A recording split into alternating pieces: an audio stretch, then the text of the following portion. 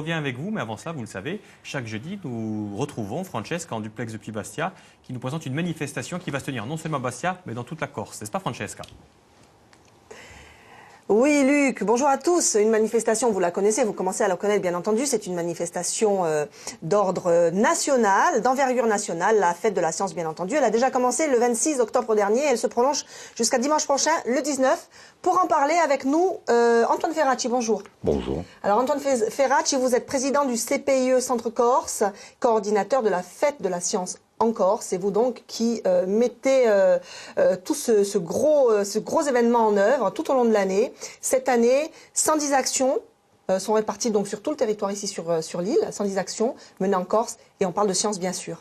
Alors oui, 110 actions. En fait, lorsque nous avons démarré la fête de la science il y a 4 ans, il y avait une trentaine d'actions. Donc vous voyez, la progression est quand même importante puisque nous avons plus que triplé. Le but, c'était pas de tripler, mais c'est de trouver des animations de qualité et ensuite d'avoir des animations réparties sur l'ensemble du territoire. C'est la 4e année ici en Corse, mais c'est la 23e édition. C'est la 23e édition. Sur le territoire national. Nous également, on participait à la fête de la science comme acteurs depuis plusieurs années. Alors, le but premier de cette manifestation, bien sûr, c'est quoi? Alors, le but premier de cette manifestation, c'est à partir de la vulgarisation de la recherche, donc du travail effectué en Corse ou ailleurs, mais principalement autour de l'université et des organismes de recherche qui s'y trouvent, c'est de vulgariser et de sensibiliser tous les publics, bien sûr le public scolaire, pour en faire de futurs scientifiques, mais également le grand public, savoir ce qui se fait dans les laboratoires et les applications souvent pratiques. Alors, Corté, rendez-vous incontournable de la science, bien entendu, avec plein d'ateliers, les scolaires s'y retrouvent chaque année. On va voir quelques images d'ailleurs de ce qui se passe, de ce qui s'est passé cette année. Donc, ouvert à tous dans ce hall qui est gigantesque, des ateliers divers, variés, la faune, la flore, puis des choses beaucoup plus techniques. Oui, on parle de robotique, on parle de différentes... Nano, que l'on voit sur les images. Ah d'accord. Et disons qu'on essaye d'avoir un spectre suffisamment large pour intéresser le plus large public. C'est pour ça qu'il y avait 33 ateliers au sein de l'Halle des Sports, mais également dans les labos de l'université. Mais je prends par exemple le labo dédié à l'eau, il y avait 4 ateliers dans un seul labo. Ce qui permettait au public jeune et moins jeune d'avoir accès je dirais, à plusieurs activités dans cet atelier. Pourquoi ce succès? Est-ce qu'il est grandissant et pourquoi est-ce qu'il est grandissant? Est-ce qu'il est prégnant ici en Corse, sur l'île? D'abord, au niveau des scolaires, tout ce qui permet la découverte d'autres choses intéresse, bien sûr, et sensibilise. Et le public adulte, il y a quand même des manifestations originales. Regardez, pour preuve, on en parlera peut-être tout à l'heure, de ce qui va se faire, par exemple, au Clos Coulombe. On essaie de trouver aussi des lieux un peu insolites qui ne sont pas dédiés nécessairement à la science. Mais on veut montrer que la science a une application dans différents domaines, dans beaucoup de domaines. Alors justement, est-ce qu'il y a une désertification de ces filières scientifiques? On l'a déjà dit bien sûr, malgré que par exemple ici en Corse, à Corté notamment, on puisse commencer par faire ses études scientifiques ici sur le campus. Oui, puisqu'il y a l'enseignement jusqu'au doctorat des sciences. Mais alors, sur le plan national, il y a une baisse des filières scientifiques, de la fréquentation des filières scientifiques. C'est moins évident à Corté, mais il y a quand même une légère baisse. Donc le but, c'est de démontrer que les sciences mènent à beaucoup de choses.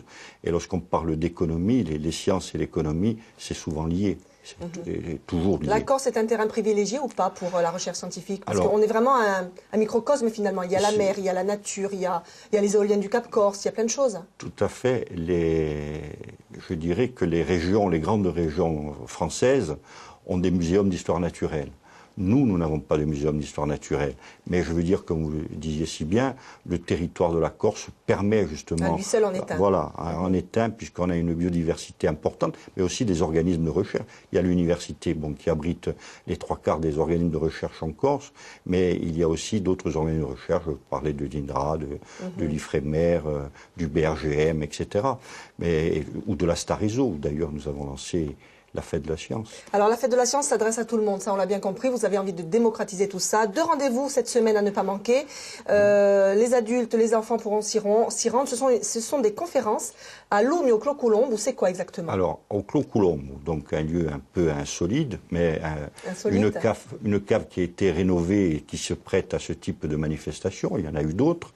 C'est sur les espèces, l'origine des espèces.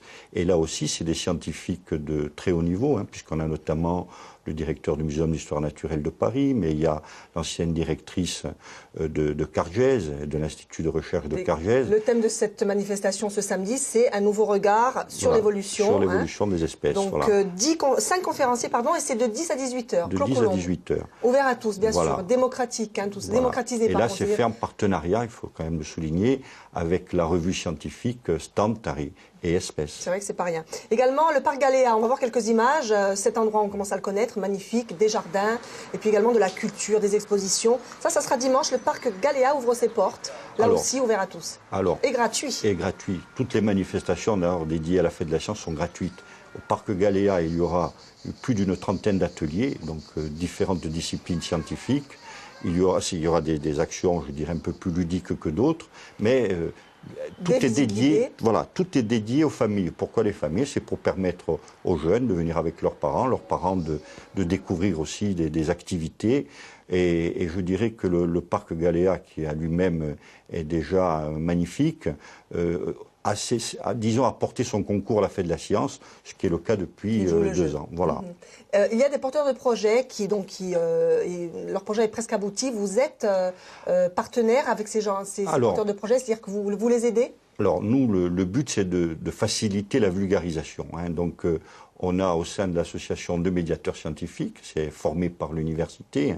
D'ailleurs, 80% du personnel de l'association est issu de l'université. Je dirais 80% ce sont des masters. Je vais vous couper parce qu'on est très en retard. Oui. On a beaucoup parlé. Excusez-nous Ajaccio, je suis désolée. On rappelle donc ces 2 événements, le Clos Coulombe samedi, dimanche le parc Galéa qui ouvrira ses portes à l'occasion de la fête de la science. Merci.